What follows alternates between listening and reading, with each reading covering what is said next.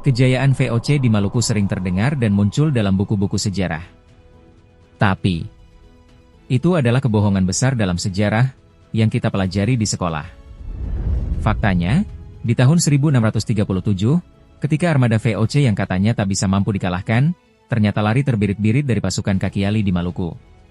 Ini bukan kisah heroik Belanda yang biasa diajarkan di sekolah, tapi cerita memalukan bagaimana kongsi dagang paling kuat di dunia kala itu harus membayar upeti kepada raja-raja lokal di Maluku selama 3 tahun. Tahukah Anda, VOC harus menyogok 10.000 pound emas per tahun agar boleh berdagang cengkeh di daerah Maluku.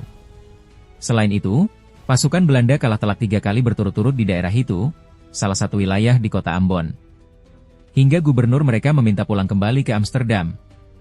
Strategi perang gerilya yang dipakai rakyat Maluku ini pun menginspirasi perlawanan Pangeran Diponegoro 200 tahun kemudian. Inilah kekalahan terbesar VOC yang sengaja dihapus dari buku pelajaran. Berikut ini adalah fakta-fakta penggugat. Fakta yang pertama yaitu, Perang Hitu 1637 adalah pembantaian massal pasukan VOC. Hampir sekitar 120 serdadu Belanda tewas dalam satu malam. Selain itu, benteng VOC di Hitu dihancurkan sampai rata dengan tanah.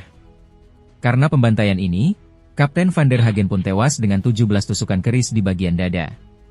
Fakta selanjutnya, upeti memalukan yang terjadi selama 3 tahun di Maluku. VOC wajib membayar 200 kati emas per tahun kepada Sultan Ternate saat itu. Dan harus menyerahkan 50 senapan terbaik yang mereka gunakan saat itu. Selain itu, gubernur mereka, yaitu Jenderal Antonio van Diemen pun sangat marah besar. Baginya, ini aib terbesar dalam sejarah VOC. Semua ini karena strategi gerilya rakyat Maluku. Rakyat Maluku biasanya menggunakan terowongan bawah tanah rahasia yang mereka buat sendiri, dan juga dengan strategi memanah dari atas dahang pohon-pohon cengkeh. Ada juga yang menggunakan racun ikan dari buah bintangur, untuk meracuni sumur-sumur orang Belanda. Tapi semua berubah saat pengkhianatan dan kekuasaan menutupi kisah ini.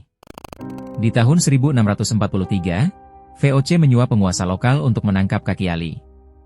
Para sejarawan Belanda juga menulis ulang sejarah dengan versi mereka sendiri. Faktanya arsip asli tentang kisah ini pun dibakar di Batavia tahun 1700-an. Kisah kaki Ali dan perlawanan Maluku adalah bukti, imperialisme VOC bukanlah takdir sejarah yang tak terelakkan. Mereka bisa dikalahkan, mereka pernah menangis ketakutan dan yang terpenting kebenaran ini sengaja dikubur. Agar kita tidak tahu betapa gagahnya leluhur kita melawan para penjajah.